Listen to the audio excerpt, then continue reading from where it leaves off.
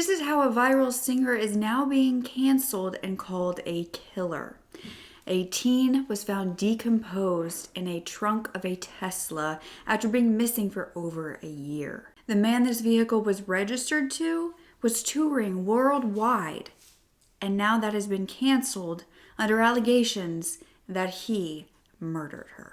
While there are many crazy rumors and theories surrounding this case with quite a bit of misinformation, I have tried to sift through all of the lies and sensationalized information to compile the truth. The truth around this teen's death, because only the truth will lead to her justice. In the next case, we talk about a van life traveler who vanished after posting very strange videos on social media and sending a cryptic, chilling message to her mother, as well as another disappearance of a woman on a cruise ship. Both cases leaving many to wonder if these people are wanting to be located or not. This is Breaking with Brooke, where we cover true crime news from all over the world. I will have a playlist linked down below if you want to catch up. You are such a genuine gem. Thank you for clicking on my video. I am Brooke Mckenna. I would love to have you here. Go ahead and subscribe down below. But first, a quick thank you to our sponsor, Grow Therapy, for continuing to allow me to create these videos. Now, Grow Therapy is actually easier to access, more affordable, and made to fit into your real busy life. Grow doesn't have subscriptions or long waits and has therapy covered by insurance. Book in as little as 2 days, no long wait lists needed, with availability on nights and weekends. It's made to fit into your busy schedule, and the average cost per session with insurance is $21 and sometimes as little as $0. There are thousands of diverse licensed providers, and you can actually filter on their website by identity, gender, language, treatment method, and more, as well as track your progress with the measurement informed therapy. Grow Therapy is helping more people in need have access to the help that they deserve. So if you are struggling, you deserve help, and you deserve to take that first step and have it be easy. So you can go to growtherapy.co/Brooke Mckenna or scan the QR code on the screen to get started with therapy that fits you.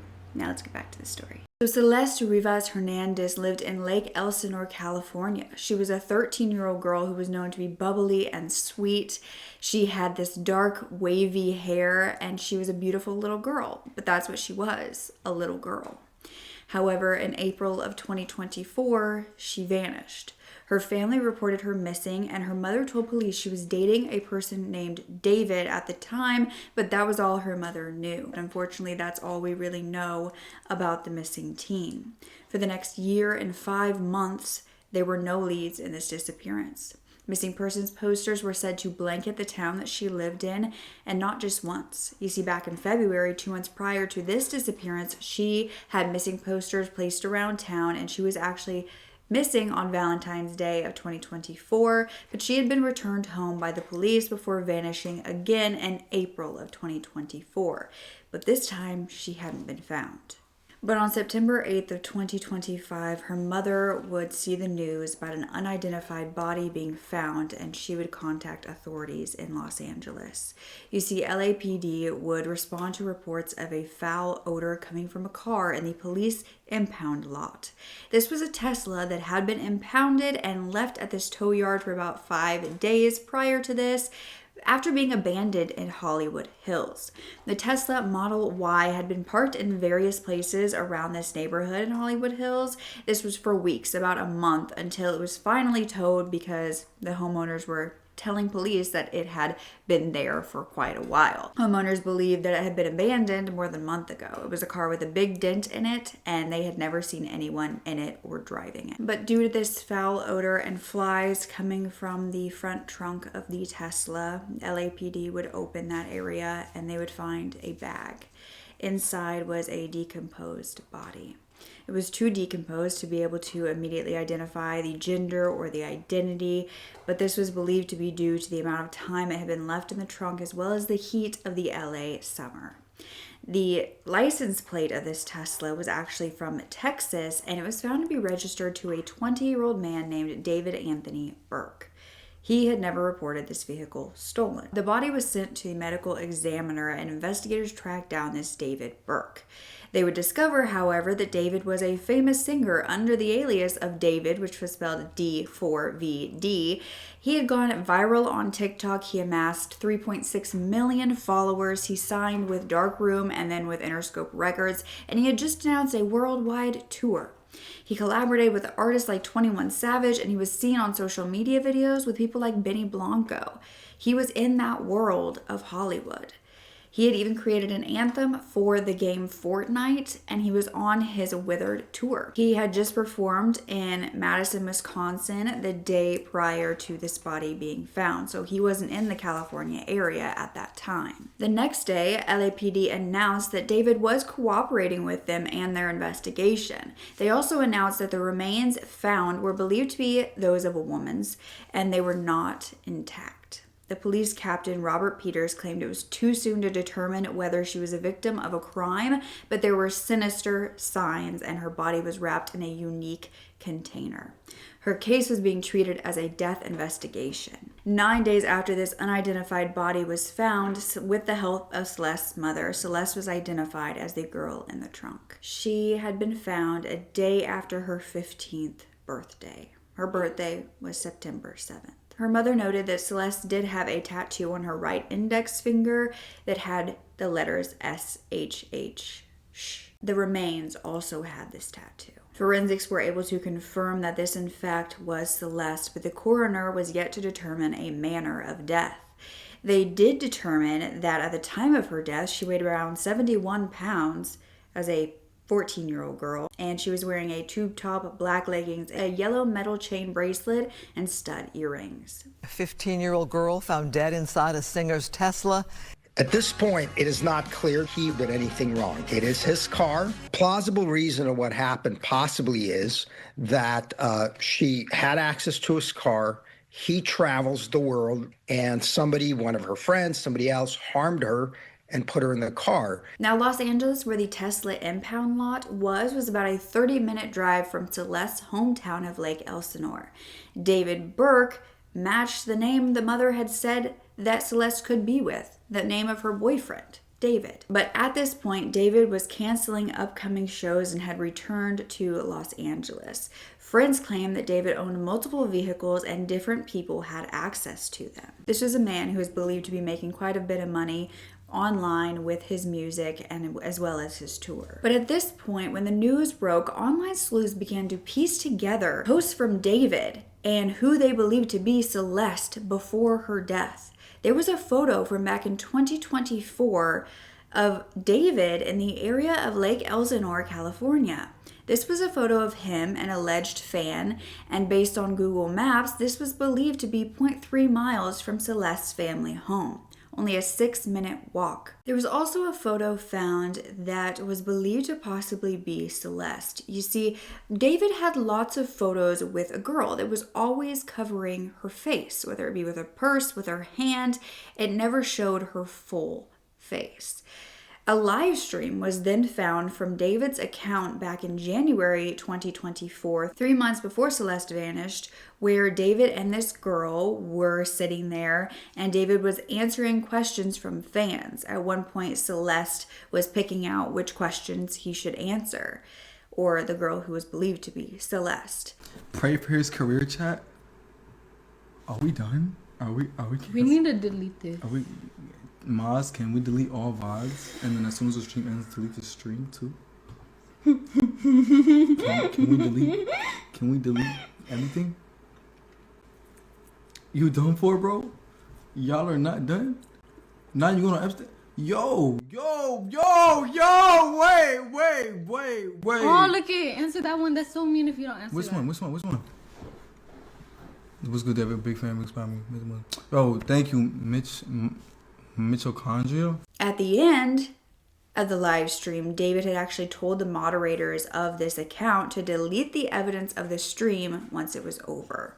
It was also discovered that David had the word "shh" tattooed on his right index finger. These were very strange things, but this girl in these photos in this live stream couldn't 100% be identified as Celeste. There was also another possible connection between the two due to a leaked song that was leaked in 2023, a year prior to when anyone believed that they knew each other. This was called Celeste Demo Unfinished, and David can be heard singing, "Oh Celeste, the girl with my name tattooed on her chest, smell her on my clothes like cigarettes. I hear her voice each time I take a breath, I'm obsessed. Oh Celeste, afraid you'll only love me when undressed, but you look so damn gorgeous in that dress. Missing you makes me depressed, but I digress." I actually found the song, so if I can put it in here without YouTube flagging me, I will put it in because it's very eerie, knowing what we know now. A review of David was found where he talked about his alter ego that liked to kill. This is very eerie considering there's a body found in the vehicle registered to him, and I think it's important to maybe listen to this and hear his mindset. However, take this with a grain of salt because he is talking about artistry, his art form, and the making of his album, which was known to be very dark and mysterious. So here's some clips of that. Sat down and I freestyled the entirety of Romantic Homicide in one take. And it was like the first time I really did that. And then after I made that song, I showed it to my mother. And she was like, "That song's too violent and too sad. You're not releasing it. My son is not going to be talking about killing people in music." And I had the idea to kind of make this first music video introduce a character that I had been kind of ideating for a really long time. That's why you see him with the blindfold and the bloody shirt aesthetic and the bow tie. I'm really big into anime and I'm really big into manga. And I wanted to make my own manga series at one point, and I was writing a lot of poems and writing a lot of things for it. And a big part of that manga was an evil version of me named Itami, which means pain in Japanese. And he wears his blindfold, and he's basically an agent of chaos and kind of my alter ego. And the story of the manga went like I was a detective, and there was an evil version of myself that would kind of come out at random moments, kind of like Fight Club with Tyler Durden. And he would commit the crimes that I would have to solve as the detective.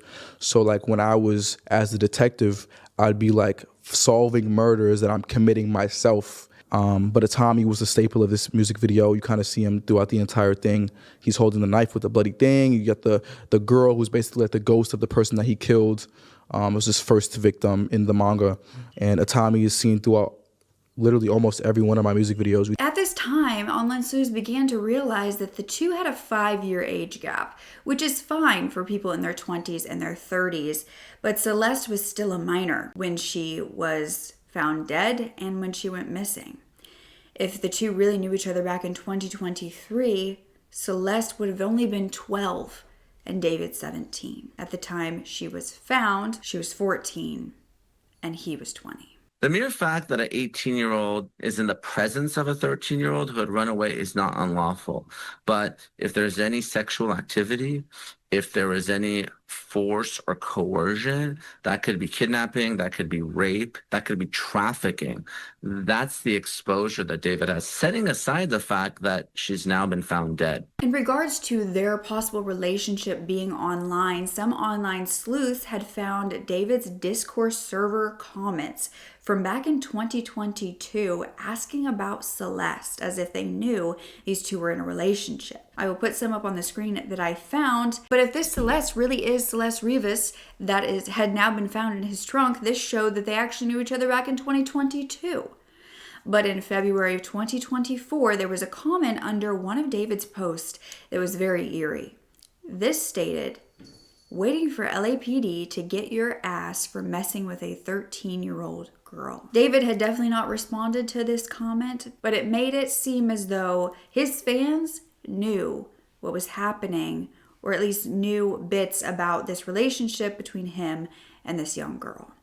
In March of 2024, fans were talking about if David had a girlfriend, and someone commented that her name was Celeste.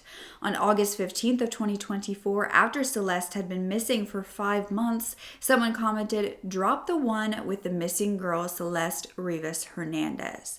And this presumably was about the song he wrote about her. that he hadn't released but was leaked. But an alleged Discord moderator for David's Discord that had posted live streams of David and allegedly Celeste came forward after the body was found, stating that no one on his team at Discord, the moderators that were there, were aware of Celeste's age or the fact that she was missing. This post stated, "We, the Discord and Twitch staff team, want to clarify what we knew and didn't know regarding Celeste. We were not aware of her true age or that she was a missing person. We also did not have any contact with her outside of what was public. From what was shared in David's Twitch streams and her role on this server, we understood her to be around 18, 19. She appeared in 2 streams but otherwise was not active in the server, and we did not have ongoing communication with her. Most of us are not located in California, so we are not aware of any person's reports connected to her. Additionally, the staff team has had minimal contact with David or his management. The mention of her full name within the server was not seen in real time due to how fast the chat moves when David pings everyone. As a result of this situation, the majority of the staff team has left the server and we no longer associate with David.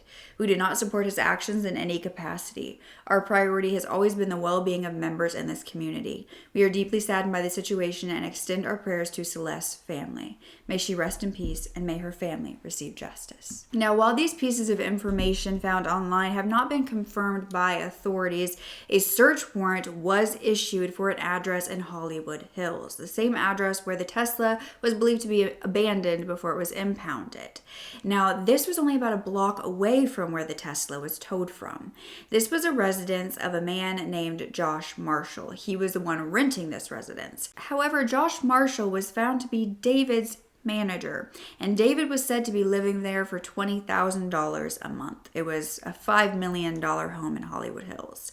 So LAPD arrived and they searched for 12 hours using luminol to check for traces of blood. They removed a computer along with several bags of evidence from the residence. But this search warrant meant that a judge believed there was probable cause to believe a crime was committed. The owner of this home stated he did not know David was living there and he was shocked about the whole situation. By September 19th, an alleged family source came to the media stating that Celeste and David had a twisted relationship which began when she was around 13.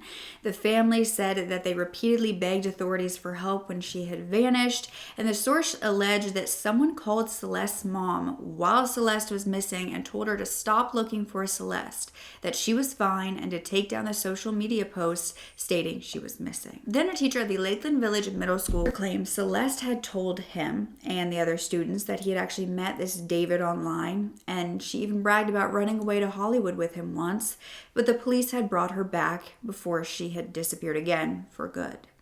He said that she was frequently absent from school, but he didn't know much about her home life. My classroom. Hold up. That's her in my classroom in front of this poster right here. Okay, hold up. I got another one because I got a picture on TMZ of this other kid exchanging stuff with the rapper who we alleged did this stuff. Hold on a second, because he's also in my classroom. Wait, how long ago was this? We all just found out yesterday who it was, but she's been missing since I taught her. So when I taught her, she met this dude on social media. He was a rapper in LA. He came and got her. She ran away from home. She was gone for like a month. The cops found her in Hollywood, brought her back to our school. She came back to our school, kind of told people this story. She disappeared again in May of that year, May of 2024. That's when her friends told me what happened, that it was this rapper, that they were like blackmailing him, all of this stuff. And then I found out yesterday that she's now dead in that rapper's car, cut into pieces. You want to know how they met? I feel like I just said it. Social media. Let me tell you another story. Hold on. By September 20th, David Burke canceled the remainder of his tour, and he also took down his bloody shirt merchandise from his website. His music label also put a hold on releasing the deluxe version of his album. He has not spoken out on social media about the discovery of Celeste in his car or if he has anything to do with it. His representatives have not responded to requests for comments either. Celeste's family created a GoFundMe saying, as many of you know, Celeste Rivas Hernandez has been identified as the body found last week. She was a beloved daughter, sister, cousin, and friend. Her family is heartbroken and devastated by this tragic loss. They are seeking help to lay her body to rest. Any funds you are able to donate are greatly appreciated. The Rivas Hernandez family. This GoFundMe has raised $25,000 of the $20,000 requested, but I will have it linked down below if you would like to help. A vigil was held for Celeste on September 22nd, and a makeshift memorial was created on the street where she once lived with a banner that read, "Justice for Celeste Rivas." But David Burke has not been arrested, and neither has anyone else. Legal expert Brian Buckmeyer told Good Morning America that without an autopsy report for the cause and manner of death, police don't have the answer to be able to even question David. On Celeste's Instagram, her family has actually posted a series of photos of Celeste's childhood with the caption, "Celeste was only 15 years old. She should still be here with us. She trusted someone who didn't protect her, and now she's gone. Celeste's life mattered. We're sharing her story so people know her name and what happened. Please help spread so she's never forgotten. Rest in peace, Celeste." The exact date and cause of her death remains unknown.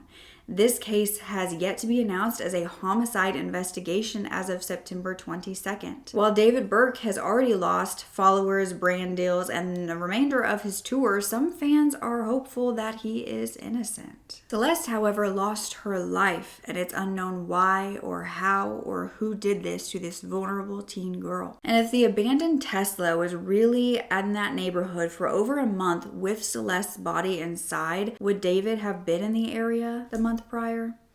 Well, when she was found on September 8th, he had been mid-tour and he was actually in Madison, Wisconsin, headed to Minneapolis, Minnesota. But prior to that, he had also been on tour for months. And for that week in September and almost all of August, he was not in California. August 5th was the last date he was known to be in California in Del Mar, about 2 hours from LA. Now, he was at least out of town during the nights of those shows. So it was known that he was at certain locations during his shows that were not in California. However, there is no proof at this time that he did not travel in between those shows to come back to California or not. However, on September 8th, he was known to return to the area for the investigation. While not much is known, I really wanted to make this video because there are so many crazy rumors going about. There are lots of fans that don't really understand the gravity of the situation. We just need to wait for more information. We needed to keep up with the actual facts of the case. But I did see a rumor that was floating around that Celeste was pregnant and that a body was found at David's home or the residence he was staying. As far as I can find, there is not any proof of that. And LAPD has not announced anything about finding remains or the possibility that this girl was with child. David has not been called a person of interest, a suspect, and he has definitely not been arrested at this time. But do you believe that David is innocent here? Did he murder Celeste? Was he dating this very young girl for a very long time, and that's why this ended the way it did? It appears as though they were hiding a relationship if the posts online are of Celeste. It appears that some of his followers knew that Celeste was young and that she was a missing person. Do you believe Celeste was murdered? Was it accidental? Was it an overdose? Why was she placed in the way she was, and how long did she have to be there for her body to be so decomposed they couldn't even identify a gender? Now we need to talk about the case of Ganna Kovrizhynkh. Back on July 5th of 2025, she vanished while on a cross-country road trip. This was solo. Ganna was a 38-year-old woman who often would go by Angel. She wanted to be this van life traveler, and she was taking her Jeep Grand Cherokee and a camper attached to it all the way through the country. She was this tiny 5'5", 100-pound girl with blonde hair and blue eyes. She also had several arm tattoos, which I have pictures of that I will post. And she started her road trip where she was living in Florida. But she had made it to Potrero, California by June 5th. Now, this was the last time her friends and her family would have any contact with her. By the 12th, her friend had contacted authorities in California, and the San Diego Sheriff's Office would begin to search, and that's when they would locate her Jeep as well as her camper camper abandoned at the Potrero Park Drive. Sergeant Jacob Klelpak claimed that she had not returned to her vehicle since being there, and they did not know if this was foul play or if it was strictly voluntary. But this girl was missing. But when I started diving into her Facebook page, that's when things really began to get strange. It was found that she posted a video a day prior to her last contact with friends and family, so on July 4th. She was reading her Bible. I will read the commandments which left Jesus Christ to survive, to keep us alive, to have all the blessings, all the world universes, and all the galaxy, no matter where you are with the King, because he left his blood for us here on the earth. So this earth is strong because it was his blood over here, and the earth knows it. I'm a prophet. I'm here on the earth speaking in front of all of you, and everyone who share my video are blessed and will be blessed forever and ever, because they will maybe can save a soul. Now, in another post that same day, she posted a video from a church where she had this bag of supplies with water, oil, a solar panel, batteries, a walkie-talkie, and a gas mask. Hi to everyone. I'm in the church right now. There is no one here. I just walk around. This is some supplies for water, some oil. I don't have almost nothing money, but I just left everything what I have and what I could at this moment, because I know my time is close. So there is also a gas mask. It could be very useful. I don't put the map, but everyone should have a map. Like, I'm not joking, we wouldn't have internet. So the most important is about what I wrote inside my book. So this is, I believe, all the churches, they should be ready. Churches, you should be, everyone, ready. We are already at the last moment, I can say. Moment is because it's will pass so fast that... Now, on her TikTok, which was Pistis and More, she posted that same day about aliens. My brothers and sisters, remember, aliens, they are not your friends. Don't go out, don't check for them, don't look for them. And everyone who's saying that aliens is your friend, this is not your friend. This is the alien who living inside that person. 2 days prior to that, on July 2nd, she posted a Facebook video of a man speaking about prophetic timelines. She captioned this, "Wake up," with the hashtags prophecy, connection, life, mind, and control. That same day, she recorded a video with the caption, "Robots will protect us from us." She also mentioned in this video that she could see the future. In another video, she wrote that she was a prophet. She also wrote to President Trump and his wife saying she was satanic. She also mentioned that Elon Musk was the Antichrist. I will read on high voice what I wrote here. I am a prophet from Jesus. I am Maria Magdalena. I am the last light on the earth. There is no light other than me. This book is for Trump. I'm saying for Trump because everything will change very fast for him. I'm so sorry that his wife Melanie cheating on him with Elon Musk. She is satanic. Don't say nothing to your wife. Your wife giving all information to Elon Musk. I forget what I wrote. Elon Musk is Antichrist. He will put the microchips. He sold USA to China. All information. On July 1st, she eerily started her TikTok by crying, saying she didn't know when her time was going to be. Her last post anywhere appeared to be on July 4th, and no one knew what happened to her since. I don't know how many time is left to me. I mean, my time, it will be when I will go away. I always told that I will take away the sun and the moon on my death. So, until the sun and the moon is here, I'm alive, because I'm the real prophet and I'm the light of the light. Detectives believe that she may have crossed the nearby Mexican border into the Tecate area of Baja California, Mexico. Her friend posted online on Reddit with more information and photos saying she was worried about her friend. On September 16th, the San Diego County Sheriff's Office announced that they had a $1,000 reward for any information on her whereabouts and to call 858-868-3200 with information. Detectives would also find that back on June 5th, when Ganna was last heard from, she had sent a photo to her mother, who allegedly lived in Italy, a photo of a letter along with GPS coordinates for her Jeep and trailer.